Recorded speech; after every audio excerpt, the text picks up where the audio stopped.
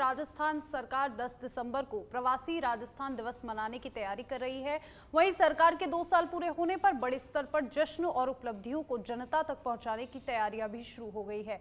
और सामाजिक न्याय एवं अधिकारिता मंत्री 2 साल की उपलब्धियों को लेकर मंत्री अविनाश गहलोत से हमारे पॉलिटिकल एडिटर लाल सिंह फौजदार ने एक्सक्लूसिव बातचीत की, जिसमें विभाग की प्रमुख योजनाएं, लाभार्थियों को पहुंचे फायदे और आगामी रोड मैप पर विस्तृत चर्चा हुई।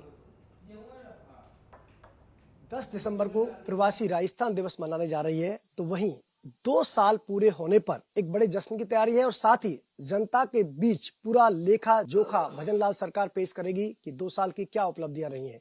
मेरे साथ सामाजिक न्याय एवं अधिकारिता मंत्री अविनाश गहलोत हैं, उनसे बात करते हैं उनके विभाग को लेकर कि इन 2 सालों में उनकी क्या उपलब्धियां रही।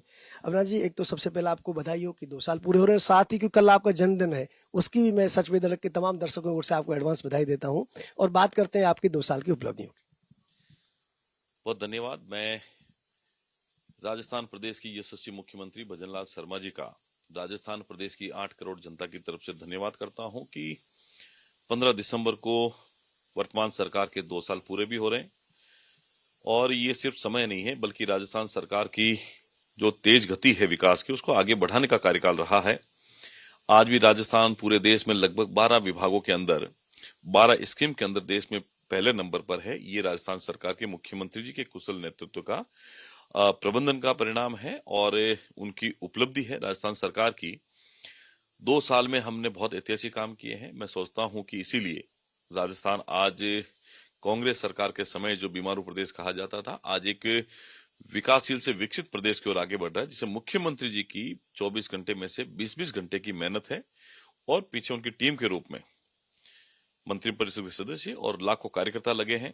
अधिकारियों के साथ मिलकर के जो काम पिछले 2 साल में हुआ है, मैं अगर बात करूं, राइजिंग राजस्थान की 25% से करीब की ग्राउंड ब्रेकिंग करना किसी भी प्रदेश में देश में मुझे लगता है ऐतिहासिक उपलब्धि है।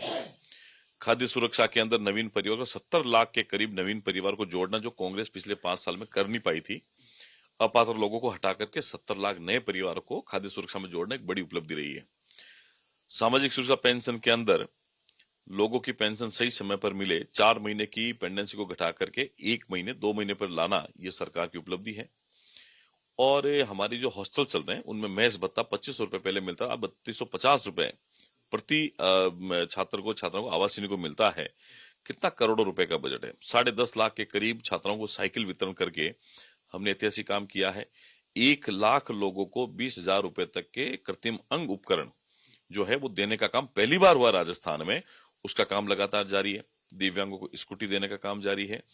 और इसके साथ में ये जो कुसुम योजना है, उसके अंदर हमारा सोलर में तो वैसे ही हम लोग नंबर 1 पे पूरे देश में, कहीं भी अगर आप देखेंगे तो सोलर के मामले में हम नंबर 1 है।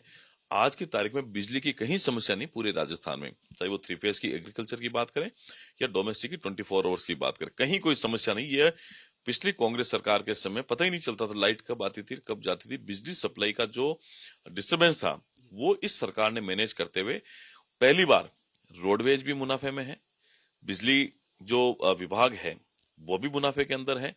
तो ये प्रभावी मॉनिटरिंग मुख्यमंत्री की रही है।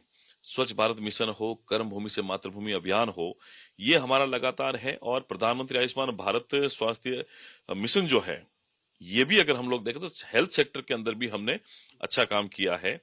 प्रधानमंत्री ग्राम सड़क योजना हो, चाहे अटल प्रगति पथ की बात करें, और मैं अगर आपको बताऊंगा तो लगभग हमारे राइजिंग राजस्थान से लेकर के राम जल सेतु लिंक परियोजना 26,000 करोड़ के वर्क ऑर्डर जारी करना, जो 45,000 करोड़ की योजना उसके 26,000 वर्क ऑर्डर जारी करना। जनवरी में एमओयू होता है, उसके बाद दिसंबर में से सिग्नेचर हो जाते हैं, वर्क ऑर्डर इश्यू हो जाते हैं, लगातार काम जारी है।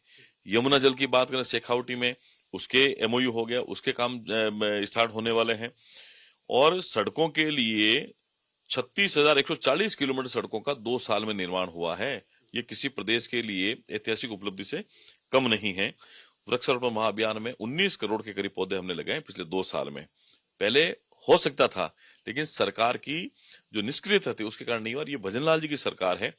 किसान का बेटा जब मुख्यमंत्री की कुर्सी पे काबिज होता है, उसको पता है कि गांव गरीब में आम लोगों को क्या समस्याएं हैं, पर्यावरण को संतुलन कैसे कर सकते हैं, ऊर्जा के क्षेत्र में लोगों को कैसे आत्मनिर्भर बनाया जा सकता है, पानी के मामले में कैसे काम किया जा सकता है, ग्राम पंचायतों में कैसे काम किया जाता है, ये वही व्यक्ति कर सकता है जिसको इस चीज का नॉलेज हो और जिसने उस दौर से वो निकले हो। तो मुख्यमंत्री जी एक सरपंच से लेकर आज यहाँ पहुंचे तो उनको बारीकियां पता है प्रदेश की जनता की कि कहां कहां हमें तकलीफ आएगी।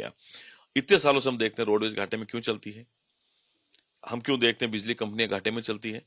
ये सारा ही तो पहले हो सकता था, लेकिन मॉनिटरिंग नहीं थी।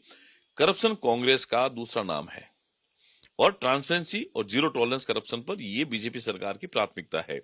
इतना ही अंतर है, जनसेवा प्राथमिकता बीजेपी की है और स्वयं की प्राथमिकता कांग्रेस की रही है। इसलिए परिवारवाद, तुष्टीकरण, भ्रष्टाचार, कानून व्यवस्था, ये सारे मुद्दे जो हैं ये कहीं न कहीं कांग्रेस के सरकार में खराब थे।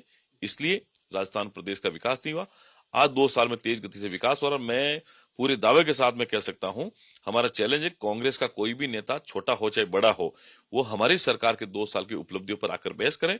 हम बताएंगे उनको। हमारे मुख्यमंत्री जी बताते हैं ये जो काम है ये हमने 5 साल में किए हैं कांग्रेस वाले, और हमने जो 2 साल में किए, इनका एक रोड मैप जो है हमने तय किया है।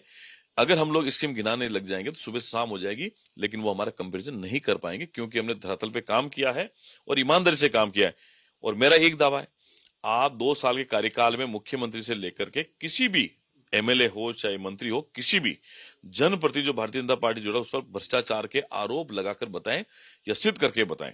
एक भी आरोप अभी भ्रष्टाचार का किसी भी सरकार के नुमाइंदे पर नहीं लगा है। ये हमारी उपलब्धि है। हम सुशासन चाहते हैं, लोगों की सेवा करना चाहते हैं और 2 साल की हमारी इस उपलब्धि को हम लोग चाहते हैं इसको आने वाले 3 साल में और बढ़ाएं और ये प्रदेश तेज गति से आगे बढ़े। आपने किसानों का जिक्र कर दिया। किसानों को लेकर तो विपक्ष कह रहा है कि खाद के लिए लंबी लंबी कतारें हैं, बीज समय पर किसानों को नहीं मिल रहा है। देखिए, सारा प्रोपेगेंडा कांग्रेस का है। कहीं भी खाद की किल्लत नहीं है। हमारे कृषि मंत्री जी ने और हमारे मुख्यमंत्री ने लगातार मॉनिटरिंग करके जहां अगर कहीं छोटी मोटी समस्या आई थी और कांग्रेसियों के कारण से जो कालाबाजारी हो रही थी उसको बंद करने का काम हमने किया है। किसी भी जिले में आज की तारीख में कहीं कोई कमी नहीं है। किसान सम्मान निधि में 9,000 रुपए देकर के जो 6,000 रुपए प्रधानमंत्री किसान सम्मान निधि केंद्र से मिलता है, 3,000 हमने बढ़ाया है। इतना बड़ा जो किसानों को आर्थिक क्षेत्र में संबल बनाने का काम ये मुख्यमंत्री ने किया है, इतना बड़ा काम है। तो मुझे लगता है कि ये तो किसानों की बात तो झूठी कांग्रेस करती है। किसान हित में कभी वो रही नहीं है। एमएसपी पे हमारी खरीद चालू हो गई है। किसान सम्मान निधि में उनको पैसा टाइम टू टाइम डीबीटी के माध्यम से जा रहा है। खाद की कोई किल्लत नहीं है। सब तरीके से किसान आज खुश हैं और कांग्रेस को चूंकि राजनीति करनी, इसलिए बेबुनियाद आरोप लगाना उनकी मानसिकता रही है। आपने कहा कि छात्रवृत्ति का बड़ा मुद्दा उठता रहा है। बीच में ये भी बातें आ रही थी कि छात्रवृत्ति नहीं मिल रही है, चाहे वो SC/ST के छात्रों की छात्रवृत्ति का मामला हो या फिर तमाम जो आपकी पेंशन योजना चलती है उस पर भी कई बार सवाल खड़े हुए थे। बीच में मैं चर्चा कर रहा था, आपके स्टाफ के लोग बता रहे थे कि आपने एक बड़ा डिसीजन लिया है कि जो फर्जी छात्रवृत्तियां उठती थी उस पर अंकुश लगाने का काम किया है। निश्चित ही बात स्कॉलरशिप की नहीं है। किसी भी योजना में अगर फर्जी तरीके से कोई लाभार्थी फर्जी दस्तावेज बना करके फर्जी तरीके से अगर भुगतान प्राप्त करता है तो मैं मानता हूं कि कानूनी अपराध है, गलत है, इस पर रोक लगनी चाहिए। हमारे विभाग ने चूंकि करोड़ों रुपए इसमें छात्रवृत्ति किए जाते हैं, हमारा मंतव्य मुख्यमंत्री जी का यह है कि पात्र व्यक्ति को इसका लाभ मिले। जो वाकई में गरीब हैं, जो पात्र हैं, जो इस पात्रता में आते हैं, उनको इसका लाभ मिलना चाहिए। लेकिन कुछ लोग फर्जी दस्तावेज के आधार पर ई-मित्र पे जाकर के गलत दस्तावेज अपलोड करते हैं, गलत तरीके से भुगतान प्राप्त करते हैं। तो हमने उस पर रोक लगाने के लिए, ये सिर्फ स्कॉलरशिप में नहीं है, ये पेंशन में भी हम लोगों ने किया है, स्कॉलरशिप में भी किया है और अन्य में जो दिव्यांग हैं उनको मिलना चाहिए। लेकिन जो फर्जी तरीके से डिसेबिलिटी सर्टिफिकेट बना करके जो 40% एबव बना करके जो पेंशन प्राप्त कर रहे हैं, अभी हमने देखा झालावाड़ के अंदर एक बड़ा अखबार के अंदर उधर एक न्यूज छपी थी। हमने तुरंत ऑर्डर दिया कि इन सब की जांच की जाए और इसे वसूली की जाए। और पूरे राजस्थान में हम लोग ऐसा कर रहे हैं कि कोई भी फर्जी दस्तावेज के आधार पर अगर गलत तरीके से किसी भी योजना का भुगतान करता है, विशेषकर हमारे विभाग में हमने अधिकारियों को निर्देशित कर दिया गया है, जिला कलेक्टर को हमने पत्र लिखा है, इनकी सघन जांच की जाए, इनकी पेंशन को बंद किया जाए, जो पात्र हैं उनको जोड़े और जो अपात्र उनको बंद करें। एक बड़ा मामला आपका इस समय एक सर्टिफिकेट को लेकर भी आया था। लोग दिव्यांग जनों के हक को मार के फर्जी सर्टिफिकेट बना रहे हैं, नौकरी पा रहे हैं। तो क्या इसको लेकर एक सघन अभियान आप राजस्थान में चला रहे हैं कि अब तक सर्टिफिकेट की जांच हो और आगे ऐसा ना हो? देखिए, हमारे मुख्यमंत्री जी का ये लगातार प्रयास रहा है कि ट्रांसपेरेंसी कैसे रहे। हम लोग चाहते हैं किसी भी तरीके का जो पात्र व्यक्ति है उसके हक पर डाका नहीं डाला जाए। जिन लोगों ने गलती की है एसओजी जांच कर रही है। जिन लोगों ने अलग अलग विभाग के अंदर, ऐसा नहीं हमारे विभाग के अंदर, अलग अलग विभाग के अंदर जिन लोगों ने फर्जी दस्तावेज बना करके कोई काम किया तो कानून के अनुसार उनके ऊपर कार्रवाई होगी। गलत है वो गलत है, सही है जो सही है, जो वास्तव में सही है उसके ऊपर कोई आंच नहीं आएगी। जांच का विषय क्या कि लगातार शिकायतें मिलती रहती है। जैसे हमारी पेंशन है, उसमें दस्तावेज कोई 40 साल का व्यक्ति अपने आप को 55 साल का बताकर पेंशन उठा रहा है, कोई 22 साल का व्यक्ति अपने आप को 58 साल का बता। तो ये ई मित्र की बदमाशी के कारण से और कुछ लोगों की खुद की मानसिकता गलत है, इस कारण से फर्जी दस्तावेज बनाते हैं। निश्चित ही सरकार का ये उद्देश्य है कि कोई भी व्यक्ति अगर गलती करता है तो उसकी जांच हो, जांच के बाद में दोषी है तो उसके खिलाफ में कार्रवाई हो, लेकिन कोई भी व्यक्ति अगर सही है या निर्दोष है तो उसके ऊपर किसी प्रकार कार्रवाई नहीं हो। ये सरकार का स्पष्ट फॉर्मूला है। आपका विभाग सीधा उन लोगों से जुड़ा हुआ है जो विकर वर्ग से है, जो नीडी वर्ग है, या मैं कहता हूँ उसको सबसे ज्यादा सेवा की जरूरत है, सरकार के संबल की जरूरत है। तो एक योजना का मैं जिक्र करना चाहूंगा, जो रेयर डिजीज जो बीमारी है उसकी योजना आपके ही इन 2 सालों में शुरू हुई है। क्या योजना है वो, किस तरह उसका लाभ मिलेगा? देखिए, चिकित्सा विभाग और हमारा समाज कल्याण विभाग मिलकर के माननीय मुख्यमंत्री के निर्देशन में जब हमारी बजट घोषणा थी, मुख्यमंत्री आयुष्मान बाल संबल योजना, राष्ट्रीय स्वास्थ्य मिशन के माध्यम से लगभग 52 इस प्रकार की बीमारी को लिस्टेड किया गया जो रेयर डिजीज है, जिसका इलाज मुश्किल से होता है, इसका खर्चा भी बहुत ज्यादा आता है। मुख्यमंत्री ने जब हमारी सरकार का 1 साल पूरा हुआ, पिछली बार 15 दिसंबर 2024 को पिंजरापोल गौशाला के अंदर कार्यक्रम हुआ, उसमें मुख्यमंत्री बाल संबल योजना को लॉन्च किया। जन्म से 18 साल तक के वो बच्चे जिनको इस स्कीम के अंदर जो लिस्टेड बीमारियां हैं उनका इलाज 5,000 रुपए तक प्रतिमाह उनको आर्थिक सहायता और 50 लाख तक का इलाज मुफ्त मिलेगा। अभी चूंकि ऑनरेबल राजस्थान हाईकोर्ट ने एक निर्णय आया है इसी विषय को लेकर के, जिसमें उन्होंने कहा है कि जो रेयर डिजीज में पीड़ित व्यक्ति होता है उसकी कोई उम्र नहीं होती है, आप इसको 18 साल से बढ़ा करके जो हायर किया उसको खत्म कर दीजिए। पत्रावली अभी हमारे पास आई है, ऑनरेबल हाईकोर्ट के फैसले को हम लोग पढ़ रहे हैं, स्टडी कर रहे हैं, और जो भी हाईकोर्ट हमें डायरेक्शन देगा उसके अनुसार सरकार काम करेगी। और हम माननीय मुख्यमंत्री से ये चर्चा करके अगर हाईकोर्ट कहता है कि इसको 18 साल की कैप को हटा दे तो जो भी इस कैटेगरी में होगा उस व्यक्ति को हम लोग इसे लाभ देने का काम करेंगे। जेके लोन हॉस्पिटल जयपुर और एम्स जोधपुर, अभी राजस्थान में 2 हॉस्पिटल को लिस्टेड किया गया है, वहां जाकर के जो पीड़ित व्यक्ति है एक बार रजिस्ट्रेशन कराए, उनको हम लोग 5,000 रुपए प्रतिमाह 50 लाख तक का इलाज निःशुल्क दे रहे हैं। ये राजस्थान सरकार की एक बड़ी स्कीम है जिससे हजारों लोगों को इसका फायदा मिल रहा है। बीच में गुर्जर आरक्षण का एक मुद्दा उठा था, बाद में आपने कमेटी भी बना दी, उसकी लगातार मीटिंग्स आपकी हर महीने होती हैं। क्या प्रोग्रेस चल रही है? क्या उस तमाम जो मांगे थी उन पर सरकार काम कर रही है? चरणबद्ध तरीके से उनको पूरा किया जा रहा है? गुर्जर संघर्ष समिति के साथ में जब दौसा कलेक्टर के बीच में बातचीत हुई, माननीय मुख्यमंत्री जी के निर्देशन में उसकी एक सब कमेटी बनी। सब कमेटी की 4 मीटिंग अभी तक हुई। 4 मीटिंग में उन्होंने जो 7 बिंदु दिए थे, जिस बात पर सहमति थी कि इस पर बातचीत करके सरकार को सकारात्मक रास्ता निकाले, उस 7 में से हमने एक जो रूपनारायण गुर्जर थे जिनकी 2006-7 में उस गुर्जर आरक्षण आंदोलन के दौरान गोली लगी, बाद में उसकी डेथ हो गई, 5 लाख तक का आर्थिक सहायता और अनुकंपा नियुक्ति उनके परिवारजन को, ये सरकार ने कर दिया।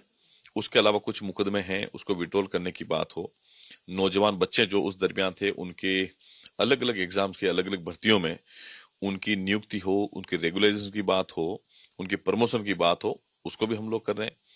और आने वाले समय मुझे लगता है कि सरकार सकारात्मक तरीके से सब कमेटी निर्णय लेकर के माननीय मुख्यमंत्री जी को इसमें रिपोर्ट देगी और एक सक्षम स्तर पर इसका निर्णय सकारात्मक रूप से हम लोग करने वाले हैं। अभी एक बड़ा डिसीजन और आपकी सरकार ने लिया है कि अब डेड बॉडी को लेकर जो प्रदर्शन कर देते थे लगातार, जो कि कई बार आप देखा होगा, आपने भी तस्वीर देखी होगी, 2-2, 3-3 दिन तक लगातार सबका अपमान होता रहता था, लोग लगातार धरने प्रदर्शन करते थे। अब आपकी सरकार ने तय किया 24 घंटे के अंदर सबको आपको जो क्रियाविधि है उसके तहत दाह संस्कार करना पड़ेगा।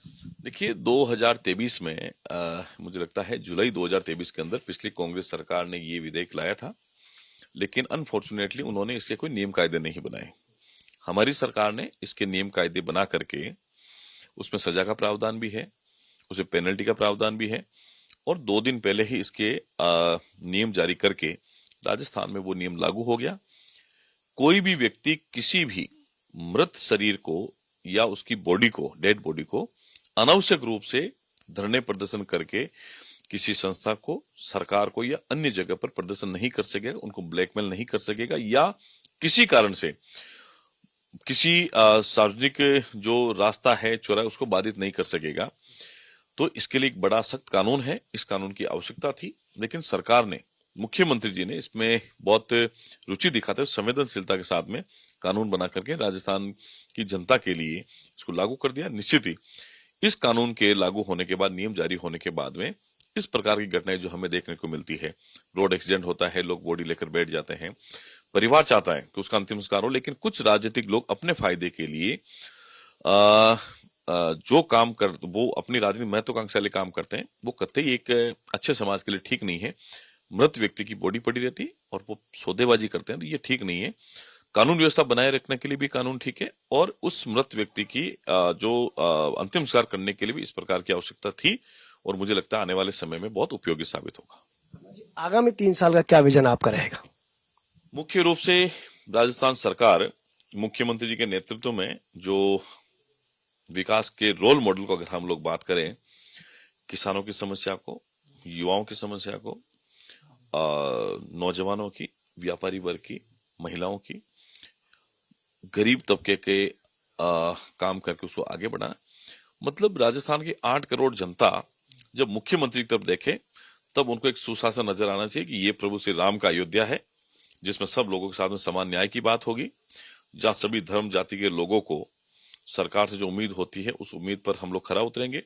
विकास की बात हम लोग करते हैं, राष्ट्रवाद की बात हम लोग करते हैं, हिंदू संस्कृति जो है हमारी वो आगे बढ़े, और प्रदेश की जो लोक संस्कृति है उसको भी आगे बढ़ाने का काम करेंगे। पर्यटन के क्षेत्र में उसको, प्रदेश जो बेहद इंपॉर्टेंट है राजस्थान, उसको आगे बढ़ाने का काम करेंगे।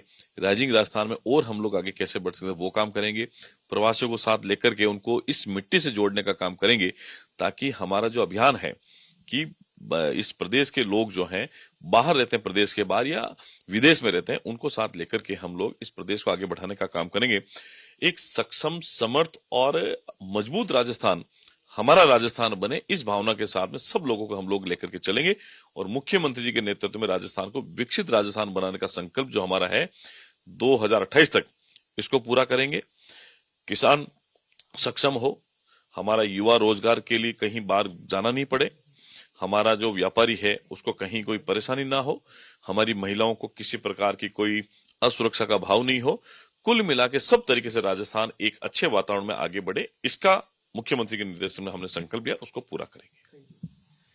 ये थे सामाजिक न्याय एवं अधिकारिता मंत्री अविनाश गहलोत, जिन्होंने अपनी 2 साल की उपलब्धियां बताई और साथ ही आगामी 3 साल में राजस्थान को विकसित राजस्थान के संकल्प के साथ सरकार काम करेगी, ऐसा दावा किया है। वीडियो जर्नलिस्ट दिनेश के साथ लाल सिंह। और जयपुर से खबर है, राजस्थान कांग्रेस से जुड़ी खबर आपको बता रहे हैं। एआईसीसी संगठन महासचिव केसी वेणुगोपाल और कोषाध्यक्ष अजय माकन कल आएंगे जयपुर। 14 दिसंबर को दिल्ली की रैली को लेकर 10 दिसंबर को लेंगे बैठक। बड़ी जानकारी आपको दे रहे हैं, एआईसीसी से जुड़ी बड़ी खबर। पीसीसी चीफ गोविंद सिंह डोटासरा और नेता प्रतिपक्ष जूली सहित प्रमुख नेताओं से करेंगे मीटिंग। दिल्ली रैली में राजस्थान से 50,000 लोगों की भीड़ जुटाने का लक्ष्य दिया गया है, टारगेट दिया गया है, उसको लेकर एक समीक्षा बैठक होगी। पूरी रिपोर्ट ली जाएगी कि किस तरीके से राजस्थान से जो लोग हैं वो उस रैली में जुटेंगे। पीसीसी चीफ गोविंद सिंह डोटासरा और नेता प्रतिपक्ष टीकाराम जूली से वोट चोर वाली रैली को लेकर यहां पर रिपोर्ट ली जाएगी। और जयपुर से ये बड़ी जानकारी, कांग्रेस से जुड़ी बड़ी खबर आपको बता रहे हैं। केसी वेणुगोपाल कल जयपुर आएंगे और एआईसीसी महासचिव का कल जयपुर आने का कार्यक्रम, और आगामी कांग्रेस की रणनीतियों को लेकर चर्चा होगी। उनके साथ कोषाध्यक्ष अजय माकन भी जयपुर आएंगे। जयपुर से बड़ी खबर है, जयपुर हाई कोर्ट में अचानक बम होने की मिली सूचना। हाई कोर्ट में अफरा तफरी मची, सभी सुनवाइयां कर दी गई है और स्थगित कर दी। अधिवक्ता और कर्मचारी सभी हाई कोर्ट से बाहर निकाले गए। बड़ी जानकारी इस वक्त की आपको दे रहे हैं। जयपुर हाई कोर्ट में बम होने की सूचना मिली और तुरंत अधिवक्ता और तमाम कर्मचारियों को कोर्ट से बाहर निकाला गया है। जांच फिलहाल जारी है और ये सूचना अचानक मिली और सूचना के मिलते ही कोर्ट में अफरा तफरी मच गई। देखिए बाहर की तस्वीरें आपको बता रहे हैं, कोर्ट के बाहर की तस्वीरें, जहां पर सभी अधिवक्ताओं को, लोगों को और तमाम कर्मचारियों को कोर्ट से बाहर निकाला गया। और फिलहाल इस मामले को लेकर जांच जारी है और अचानक जयपुर में अफरा तफरी मच गई क्योंकि जयपुर हाईकोर्ट में बम मिलने की सूचना मिली। और इसी खबर को लेकर देखिए ये तस्वीरें जहां पर कोर्ट के बाहर तमाम काले कोट पहने अधिवक्ता नजर आ रहे हैं। पिछले वर्किंग डे पे भी शुक्रवार को ऐसा हुआ था और आज भी बहस के दौरान करीब 11 बजे हाईकोर्ट में बम की न्यूज़ आई। बहुत महत्वपूर्ण मुद्दे आज हाईकोर्ट में सॉल्व होने थे, रिक्रूटमेंट से लेके, लोगों की जॉब से लेके और स्टूडेंट से लेके। और हर बार जो ये चीज़ हो रही है ये बहुत ही शर्म की बात है एडमिनिस्ट्रेशन के लिए भी और उसकी पुलिस के लिए भी कि ये रोज़ ऐसा हो रहा है तो इसका मतलब न्यायालय का काम तो बिल्कुल बंद हो जाएगा। और जो महत्वपूर्ण मुद्दे की जो सुनवाइयाँ बड़ी मुश्किलों से डेट्स मिलती हैं, बहुत मुश्किलों से फाइनल डिस्पोजल पे केस आते हैं, वो सब नष्ट हो जाते हैं। तो ये बहुत ही खराब बात है। इस पे हाईकोर्ट का जो एडमिनिस्ट्रेशन है और जो पुलिस है उसको बहुत गंभीरता से ध्यान देते हुए इसका निस्तारण करने की ज़रूरत है, वरना तो चीज़ें सारी क्वैश हो जाएगी।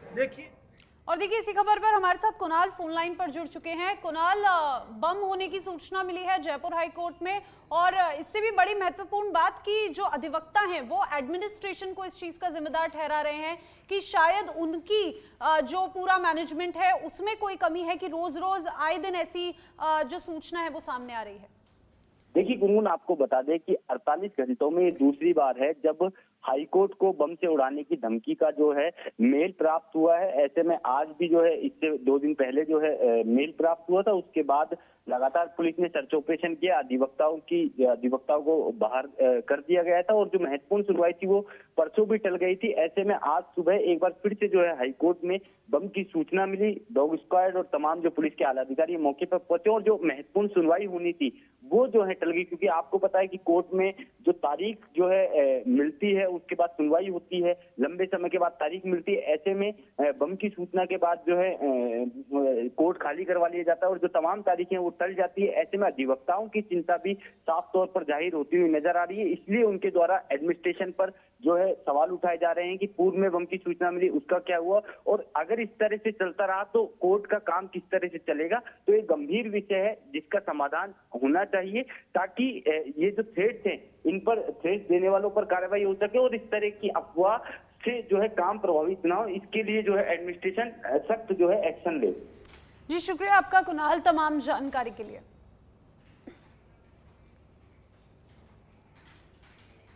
और अब बढ़ेंगे अगली खबर की ओर। देसुरी उपखंड क्षेत्र के नरलाई गांव में खेत में काम कर रहे एक किसान पर जंगली सुअर ने हमला कर दिया और इस मामले में किसान चेलाराम की मौके पर ही मौत हो गई। घटना बीती रात करीब 9 बजे हुई। किसान चेलाराम रात को घर नहीं लौटे तो परिजनों ने उनकी तलाश शुरू की। खेत में उनका शव मिला जिसके पास एक जंगली सुअर घूम रहा था और इस घटना के बाद क्षेत्र के किसानों में भय का माहौल है। पूर्व में भी इस प्रकार की घटनाएं हो चुकी है। भारतीय किसान संघ ने किसानों पर हो रहे जंगली सुअर के हमलों को लेकर कार्रवाई करने और पीड़ित किसान के परिवार को आर्थिक सहायता प्रदान करने की मांग की है। सूचना मिलने पर देसुरी पुलिस मौके पर पहुंची और शव को देसुरी अस्पताल की मोर्चरी में रखवाया। पुलिस ने घटना की जांच शुरू कर दी है। वन विभाग को भी इस घटना की सूचना दे दी है। गोवा के अरपोरा क्षेत्र में हुए नाइट क्लब अग्निकांड पर मुख्यमंत्री पुष्कर सिंह धामी ने शोक जताया है। उन्होंने कहा कि इस घटना में उत्तराखंड के भी कई लोग हताहत हुए हैं और मुख्यमंत्री पुष्कर सिंह धामी ने गोवा के मुख्यमंत्री डॉक्टर प्रमोद सावंत से दूरभाष पर बात कर विस्तृत जानकारी प्राप्त की और इस दुर्घटना में उत्तराखंड के 5 युवाओं की मौत हुई और वहीं राज्य सरकार ने इस मामले में जरूरी कदम उठाने के स्पष्ट निर्देश जारी कर दिए हैं। गोवा में हुई घटना पर उत्तराखंड सरकार लगातार नजर बनाए हुए है।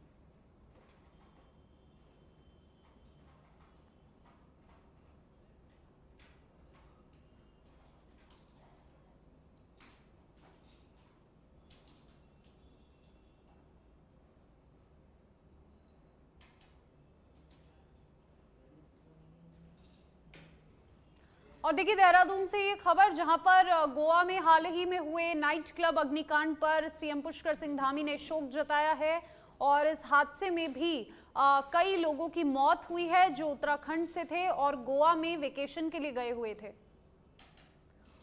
और यहाँ पर देखिए पुष्कर सिंह धामी ने शोक जताते हुए कहा कि घटना काफी दुखद है और उन्होंने गोवा के सीएम से भी फोन पर बात की है।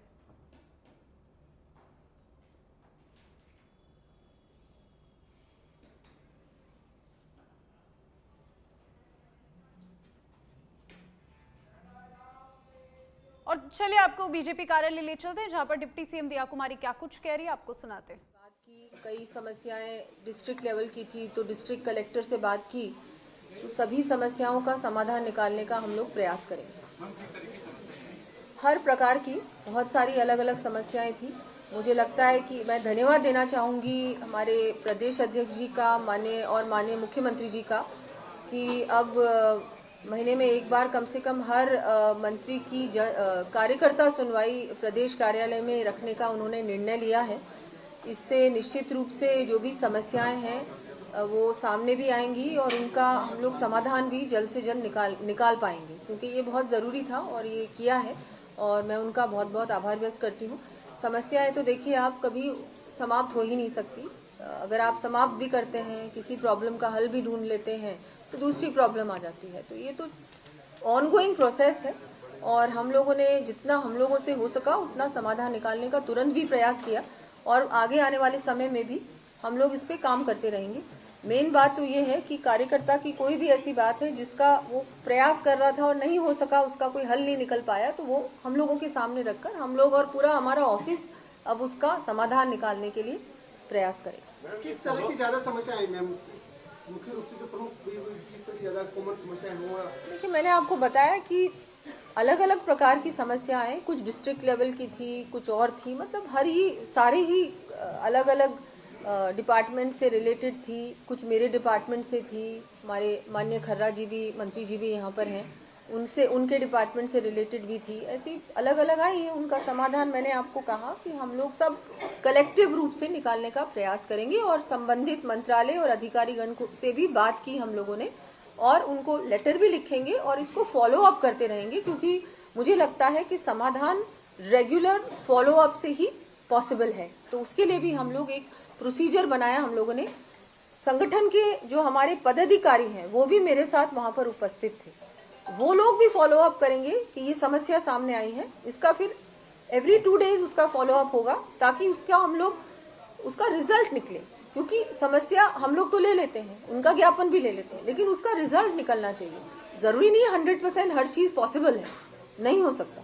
कई चीजें ऐसी भी आती हैं जो पॉसिबल नहीं हो पाती, लेकिन एटलीस्ट उस व्यक्ति को संतुष्ट करना जरूरी है कि आपकी ये प्रॉब्लम थी, इसका हमने ये हल निकाला, और ये प्रॉब्लम है जिसका हल हम लोग नहीं निकाल पाते क्योंकि कई टेक्निकल रीजंस भी होते हैं। तो एज लॉन्ग एज आप उसको एड्रेस करें प्रॉब्लम को, वो जरूरी है। धन्यवाद। क्या 2 साल से सुनवाई नहीं हो रही थी? क्या वजह? नहीं, बिल्कुल नहीं। मैंने बताया ना आपको कि समाधान तो देखिए, आज कोई भी समस्या का समाधान निकाल देंगे आप, वही व्यक्ति हो सकता है वापस आ जाए कोई और समस्या लेके। तो ये तो एक ऑनगोइंग प्रोसेस है, लेकिन एटलीस्ट सुनवाई तो हो रही है ना। 2 साल की आप क्या बात कर रहे हैं? इससे 5 साल कांग्रेस राज था, उस समय तो बिल्कुल ही सुनवाई नहीं होती थी, किसी ने सुना ही नहीं था कि उनके कोई भी पदाधिकारी या मंत्री कार्यकर्ताओं की सुनवाई करें। हम लोग कार्यकर्ता की भी करते हैं, आज यहाँ पर कार्यकर्ता सुनवाई है, लेकिन हम लोग 2 दिन, कम से कम 2 दिन, और मुख्यमंत्री जी भी, हम लोग जन सुनवाई भी करते हैं, हमारे निवास स्थान पर हम लोग जन सुनवाई भी करते हैं। तो वो तो चल ही रहा है ना, वो तो जब से हम मंत्री बने तब से शुरू है। चलिए जी, अब बहुत बहुत आपका धन्यवाद, आभार। और अब रुक करेंगे अगली खबर का। नागौर का सूरजमल मूर्ति विवाद बीजेपी मुख्यालय तक पहुंचा। जोधियासी गांव का ये मामला है। नागौर से सैकड़ों लोग पहुंचे बीजेपी मुख्यालय के बाहर धरने पर बैठे सैकड़ों लोग, और महाराजा सूरजमल की प्रतिमा स्थापना की मांग तेज होने लगी है। बड़ी जानकारी आपको दे रहे हैं। देखिए, नागौर से सैकड़ों लोग बीजेपी मुख्यालय पहुंचे और बाहर धरने पर बैठे हैं। जयपुर से ये तस्वीरें, बीजेपी मुख्यालय की बाहर की तस्वीरें, जहां पर महाराजा सूरजमल विवाद अब लगातार तेजी पकड़ रहा है, क्योंकि यहां पर लगातार जो समर्थक है वो धरने पर बैठ गए हैं। ग्राम पंचायत जोधेसी नागौर से आए हैं। हमारे यहाँ मामला ये है कि रात को 12-1 बजे भाजपा के मंडल अध्यक्ष द्वारा बाहर से 200-300 लोगों को, हथियारबंद लोगों को लाके जबरदस्ती एक स्टैंड बना के लाके महाराजा सूरजमल जी की आधी अधूरी मूर्ति को लाके ऐसी जगह रख दिया जो का बहुत ही कंजेस्टेड जगह है, जहाँ पे मुख्य बस स्टैंड है, CSC है, सरकारी जितने भी कार्यालय भवन वहाँ है, मुख्य बाजार वो है, आने जाने के लिए आम रास्ता वो है। अब जहाँ मूर्तियां लगेगी वहाँ जन्म दिवस भी होंगे, मनाए जाएंगे और उनके निर्वाण दिवस भी मनाए जाएंगे।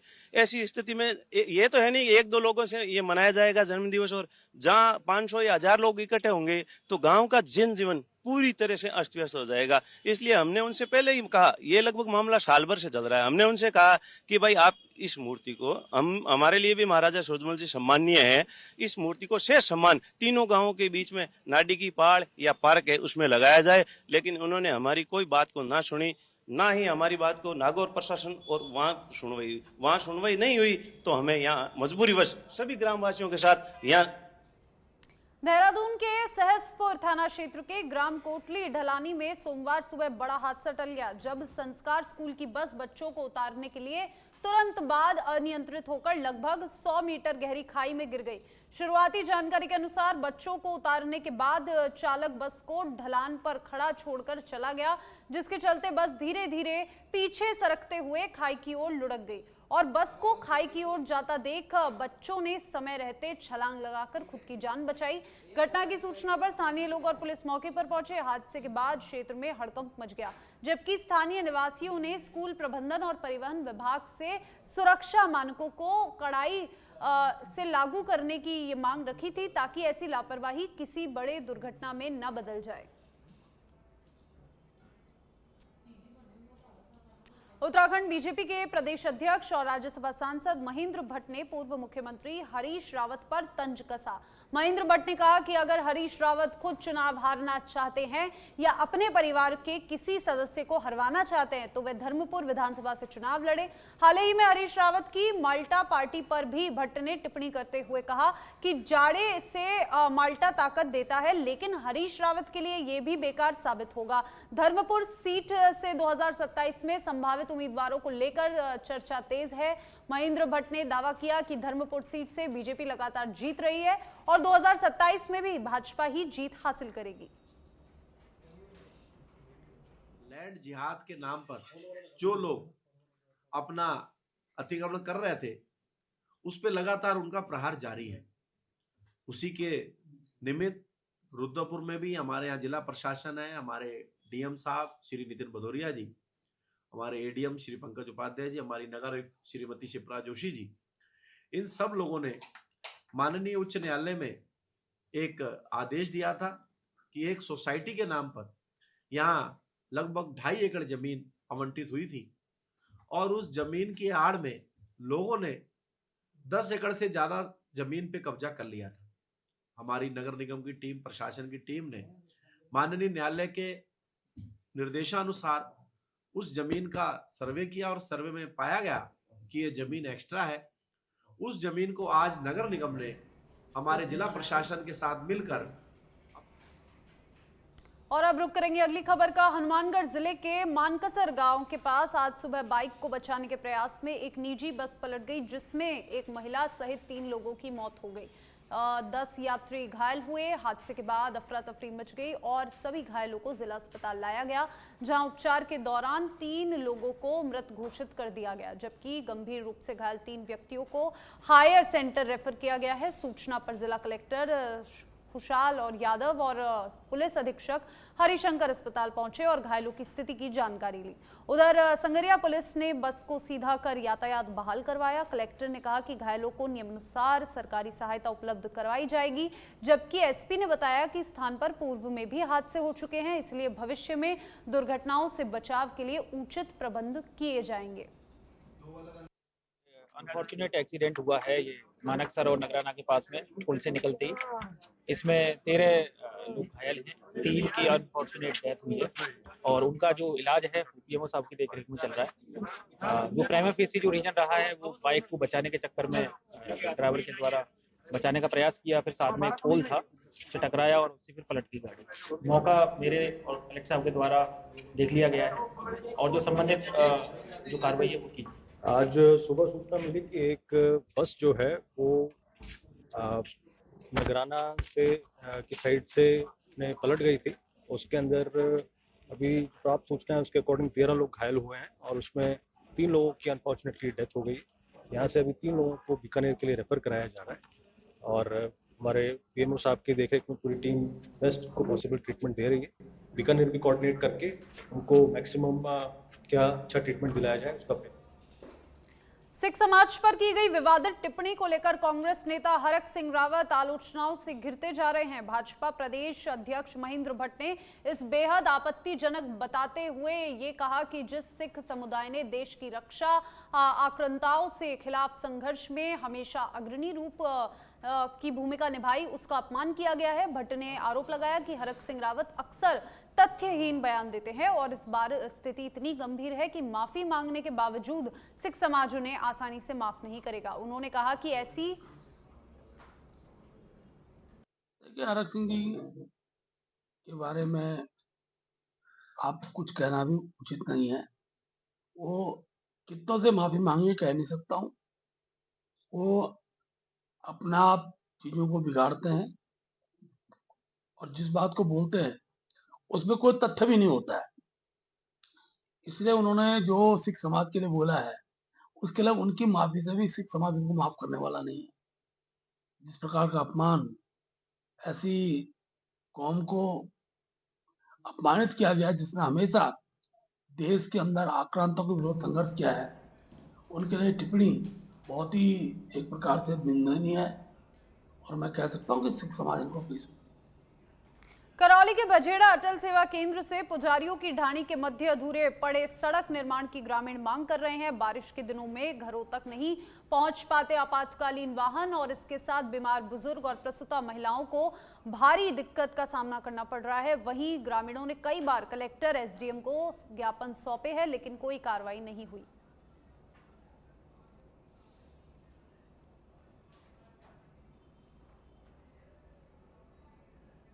बेंगू से बड़ी खबर है। बेंगू में राष्ट्रीय राजमार्ग 27 पर भीषण सड़क हादसे में 4 की मौत करीब 7 बजे मांडना के पास हुआ था। भीषण सड़क हादसा, विपरीत दिशा में आए वाहन ने पहले बाइक को टक्कर मारी, फिर बाइक सवार को उठाने गए लोगों को पीछे से आए तेज वाहनों ने चपेट में ले लिया और एक बार ऐसे एक के बाद एक करके 3 से 4 वाहन लगातार भिड़े और ये हादसा भीषण बनता गया। बाइक सवार को बचाने गए लोगों को भी पीछे से वाहन ने चपेट में ले लिया। बेंगू से ये तस्वीरें जहां पर देखिए राष्ट्रीय राजमार्ग 27 पर भीषण हादसा। 7 बजे के लगभग कोटा चित्तौड़गढ़ हाईवे पर एक मोटरसाइकिल और 3 कारों के बीच में एक्सीडेंट के कारण करीब 8 से 10 लोग जो है मौके पर घायल हो गए। इसके बाद में 4 व्यक्तियों की इसके अंदर मृत्यु हो गई, जिनका पोस्टमार्टम करवाकर संबंधित उनके परिजनों को सुपुर्द किया गया है। 6-7 व्यक्ति अभी इसके अंदर घायल हैं। इलाज जो है घटना हुई जिसमें 4 जनों की जानें चली गई और जो कम उम्र में भी है, तो सबके लिए ये दुखद हादसा है। और इस दुख की घड़ी में बेगू के सब लोगों ने मौके पे खड़े रह करके पहुँच करके उनको घायलों को हॉस्पिटल भी पहुँचाया और जिनकी डेथ हो गई उनको यहाँ लाए और पूरे प्रशासन के लोग भी खड़े रहे। लेकिन बार बार ये कैजुअल्टी होती है, जैसे काठुंदा मोड़ हो गया, अभी 4-5 दिन पहले तेजपुर के वहाँ 2 जनों की जानें चली गई। और चलिए अब आपको सीधा ले चलते हैं बीजेपी मुख्यालय, जहां पर जनसुनवाई हो रही है, कार्यकर्ताओं की बातें सुनी जा रही है। कार्यक्रम शुरू किया गया है।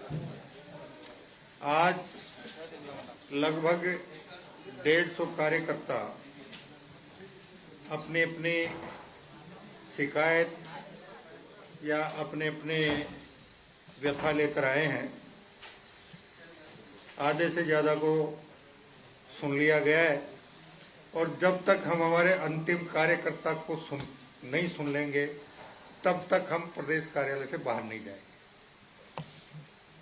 आम जन की जन सुनवाई हम रोज जब जयपुर में उपलब्ध होते हैं तो हमारे आवास पर करते हैं और बाकी समय में कोई अगर सचिवालय में आता तो सचिवालय में सुनवाई कर लेते हैं। लेकिन माननीय मुख्यमंत्री जी और माननीय प्रदेश अध्यक्ष जी ने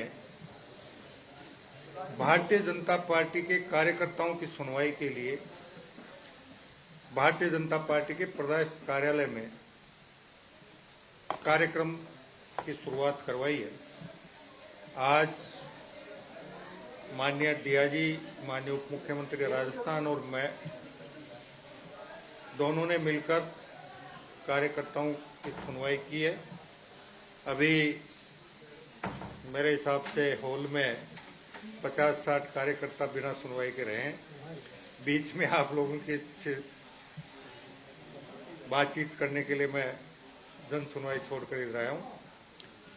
जन सुनवाई करके जब तक हम अंतिम कार्यकर्ता को नहीं सुन लेंगे तब तक जन सुनवाई कार्यक्रम जारी रहेगा। किस तरह की सुनवाई में समस्याएं ज्यादातर आई है? किस तरह की? देखिए, अलग अलग तरह की शिकायतें हैं। कुछ विकास से संबंधित हैं, कुछ अतिक्रमण से संबंधित हैं, कुछ सरकारी कार्यालयों द्वारा समय पर काम करने से संबंधित हैं और कुछ कर्मचारी अधिकारियों के प्रति शिकायत से संबंधित है।